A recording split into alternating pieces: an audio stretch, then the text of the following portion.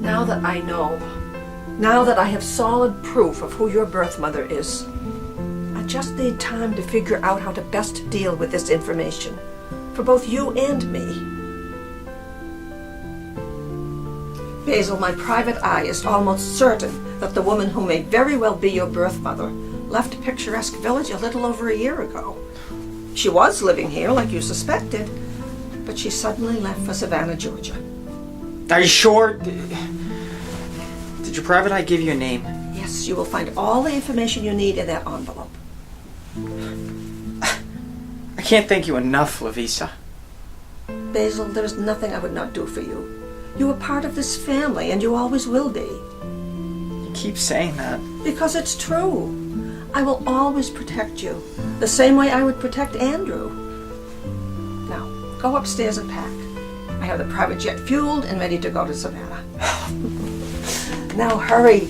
You have a long road of searching ahead of you. I'm sorry I had to send you away on this fool's errand, Basil, but I had no choice. You can't be here in Picturesque Village. Not now. I'll bring you home when the time is right. I will always protect you. Always. Protecting him? You keep saying that, but you won't tell me what you're protecting him from. When did you arrive? Don't change the subject. You have already admitted to me that you made up this ridiculous Savannah, Georgia story to get Basil out of the village for a while. But you won't say why he can't be here. What's the big secret, Lavisa? I told you. All you need to know is that I am looking out for his best interest. His best interest is to be reunited with his birth mother. And he will be when the time is right. And why do you get to decide when the time is right for him? Have you found his birth mother? If you have, then do the decent thing. Bring him home and tell him. Stop wasting his time. Don't be selfish, Lavisa. This conversation is going in circles, and we are no longer engaging. Fine. Let's talk about something else. Like how long you intend to let Penny Primrose live here in the manor house, which, by the way, is something I will never understand.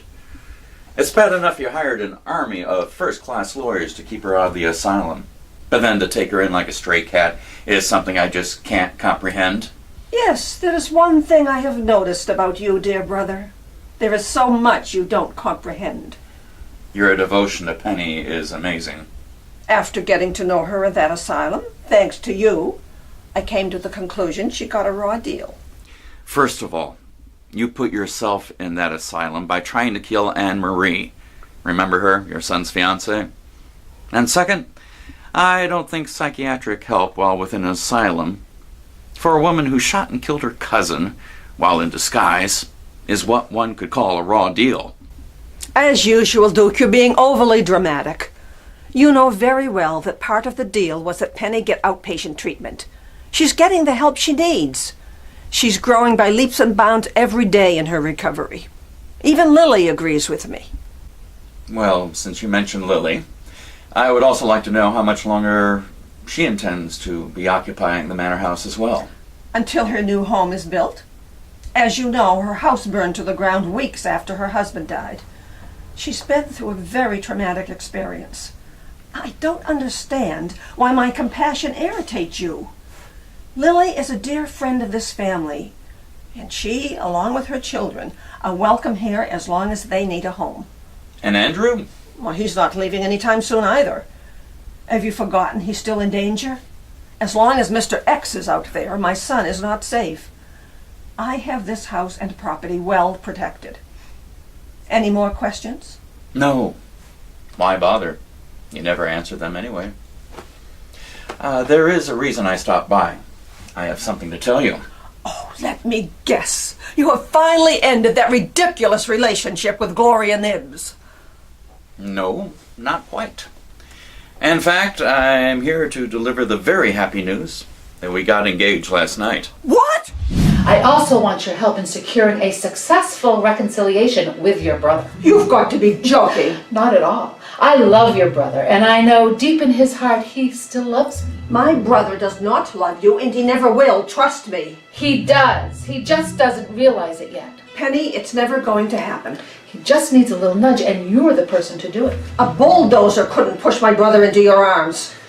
I don't like how these negotiations are going. Then don't ask for the impossible. Oh, Penny Primrose does not believe in the impossible. I can't help you win my brother's heart. You can, and you will. Otherwise, you'll be spending the next few months here alone singing show tunes because I won't be here. Fine. The best I can do is offer my assistance. I'll do what I can, but I can't make any promises.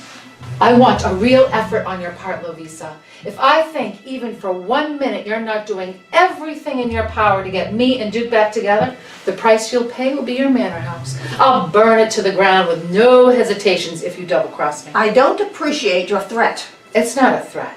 It's a promise. No, you can't. I forbid it.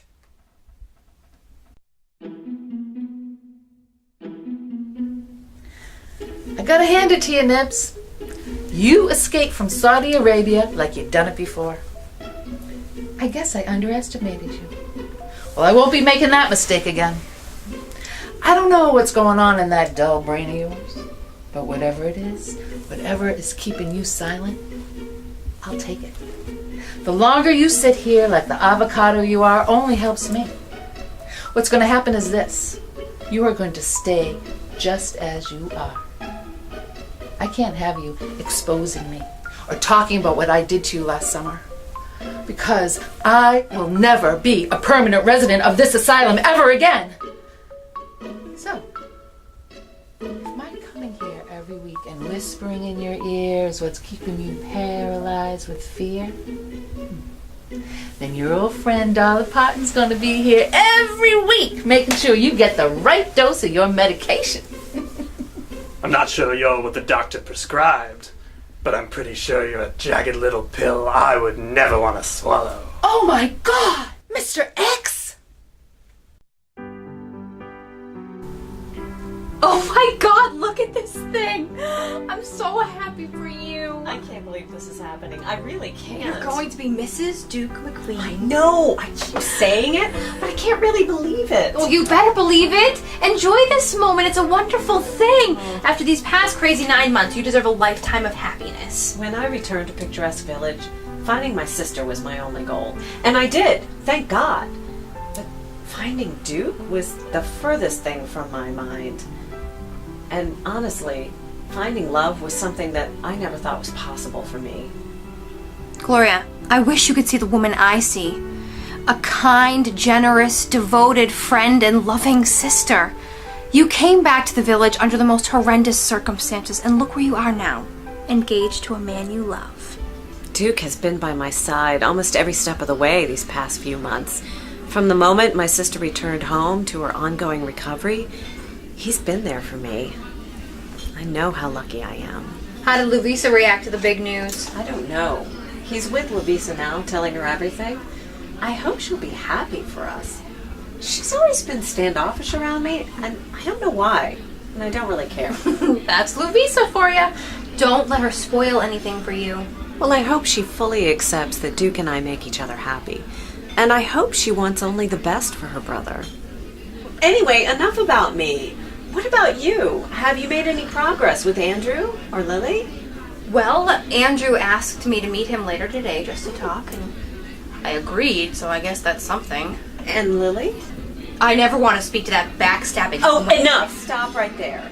I know you're still upset with her. But you know she loves you, and you know she was just trying to help Andrew in a difficult time. I'm well aware of Andrew's dangerous situation with Mr. X. My life was turned completely upside down because of the lie and deception he and Lily shared. Lovisa convinced herself that I killed her son. So what did she do? She publicly humiliated me by spreading scandalous photos of James and me kissing. She tried to shoot me at a cocktail party at her house in front of the entire village. And she ran up and down the streets of Picturesque Village telling everyone she met that I murdered her son. And this whole time, Lily knew he was alive. She could have stopped Lovisa and her assault, but she remained silent and kept him in hiding. My life is ruined because of Lily Primrose. I'm playing devil's advocate. Because I'm your friend, and I'm fond of Lily. And because I want the two of you to get past this mess. And to be completely honest, you're not completely innocent. Showing her that letter that her husband wrote to you, proclaiming his love for you, was really harsh. And why are you so willing to talk to Andrew and not to Lily? Gloria, please stop. My relationship with Lily is over. It's been completely destroyed. I never want to speak to her again. I hope you'll have the desire to speak with me. That depends. Who are you? Let me introduce myself, Miss Alden. I'm Detective Victor Veranda from the PVPD. I've just been assigned the Rocco Delzano case since Detective Baxter recently retired. I'll be taking over this unsolved case, a case which I intend to solve. How do you know who I am? I'm a detective, Miss Alden. I know everyone. Detective Veranda, I'm Gloria Nibbs. Detective Nibbs, NYPD. Yes, I know. How can we help you, Detective? I just have a few questions regarding Mr. Delzano's murder. I won't take up too much of your time. We gave our statements to the police months ago. We have nothing new to add. Do you also speak for Miss Alden? Actually, there is one thing I forgot to mention. Really? Please. I'd like to hear it.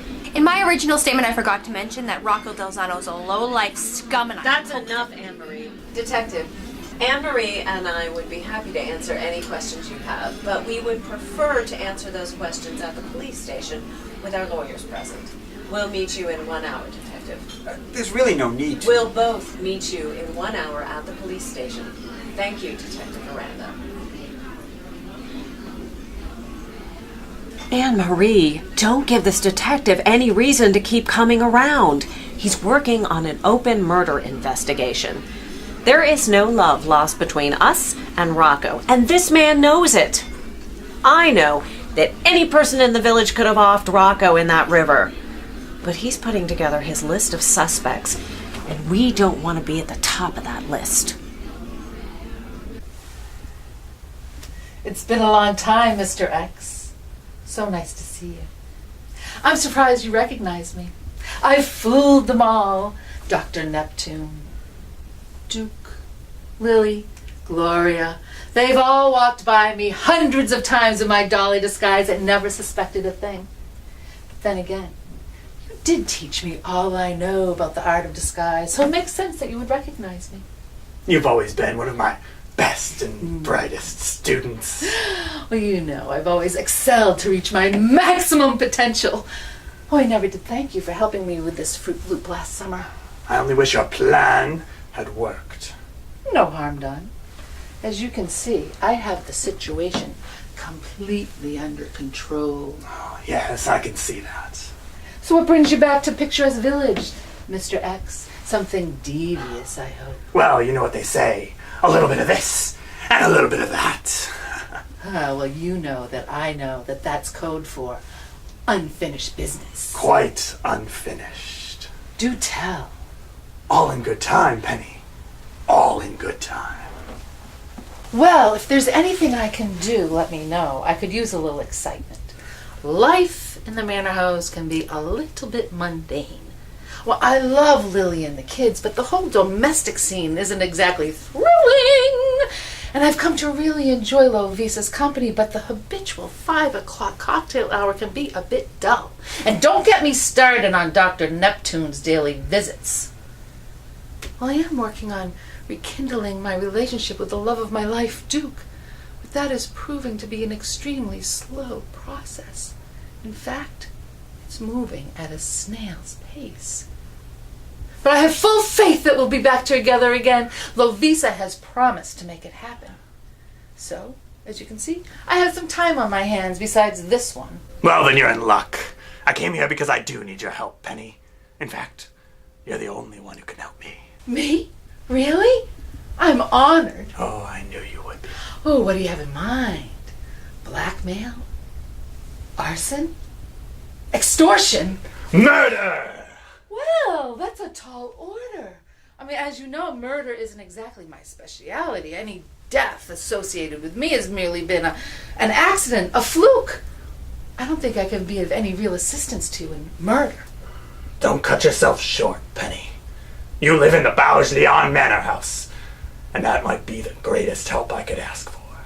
What does living in Lovisa's manor house have to do with murder?